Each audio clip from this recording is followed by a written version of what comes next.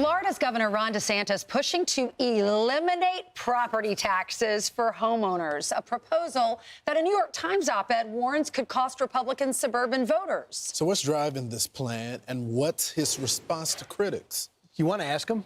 Florida Governor Ron DeSantis on the couch. Great to see you, Governor, Good morning, in person. Governor. Great to see you. We have 30 degrees on you guys up here in New York City, down in Florida, just for that. So and honestly, we've got a lot on most of the country. I think we're kind of the only ones that are temperate. But so here's the deal. People are being squeezed across America. Property taxes are a big part of that. Why? Because it's an unrealized gain. When home values go up, you can have a home. Now, all of a sudden, you're paying more, even if the local government didn't even raise the property rate. Listen to this. 2019, my first year, and property tax is all local in Florida. We don't get any of it. We have surpluses. We've paid down debt at the state level. We're fine. There were $32 billion in property tax revenue collected in 2019. You know how much they are in Florida now? $56 billion in a 5 or 6 year period. That's almost doubling. So here's the thing.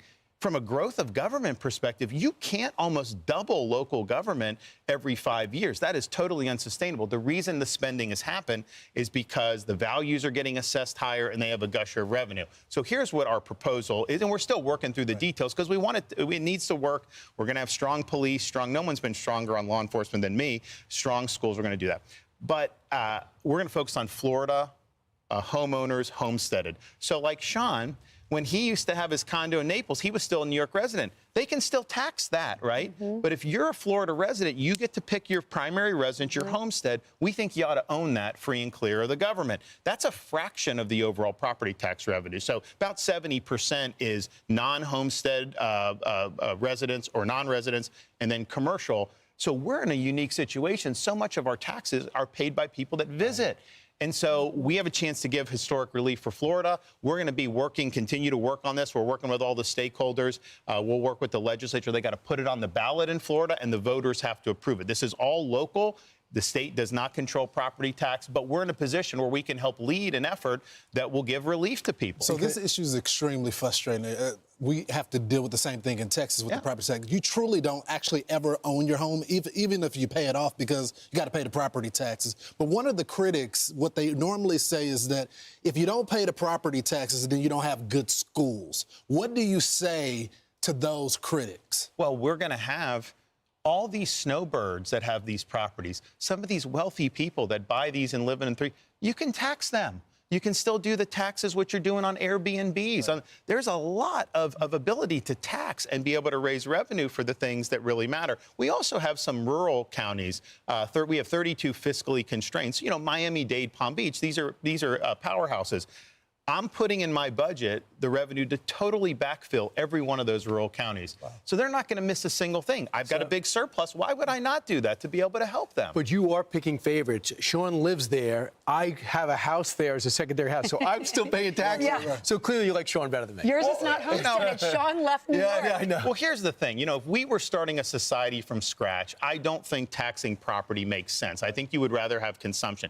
But we are where we are in Florida, so I've got to figure out, because I don't think we could eliminate them for everybody and then deal with the schools. I do think you can do the homestead Floridians, the Florida residents, and be able to get it. So, and here's the thing, young families.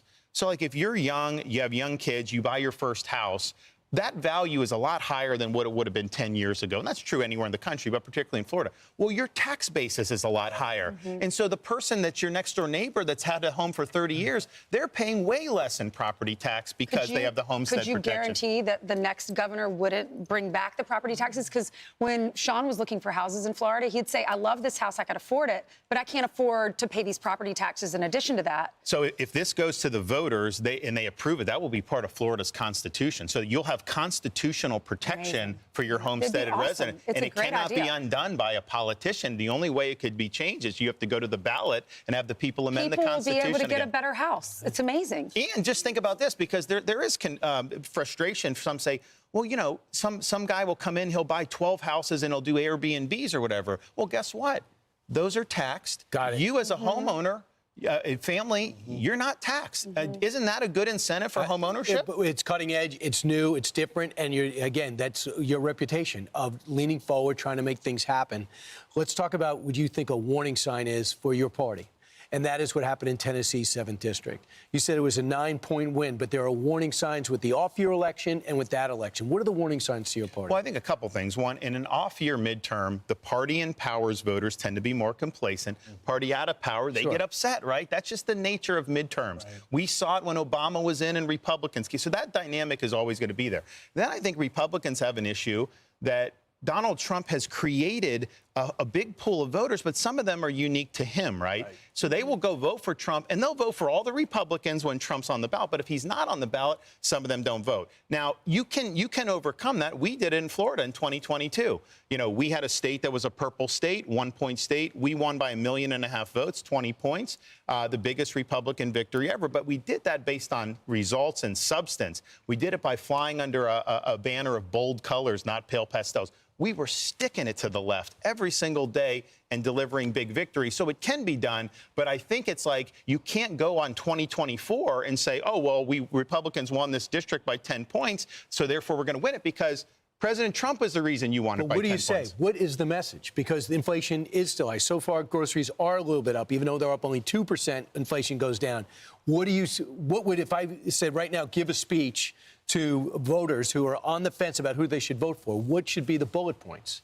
I think it's economy, immigration. Like, we don't talk about immigration as much as we were maybe when Biden was letting it in. The border is secure. We've stopped the influx. He's now working on a moratorium of new people coming in, particularly from some of these countries where the people are hostile. That's a huge victory for people. They need to be talking about that and go even bolder on that. I just think you got to be bold. I think you got to be strong. And I think one of the frustrations with the Congress is, what have they done since August till now? They really haven't done anything, right? And it's like, if I were, I'd be like every day coming out with something new and make the Democrats go on the record, show the contrast. Think about why we've been able to win big in Florida is because there's a very sharp contrast to what we're doing and what what the liberal Democrats stand for. Parents' rights, illegal immigration, tax cut, anything you can think of.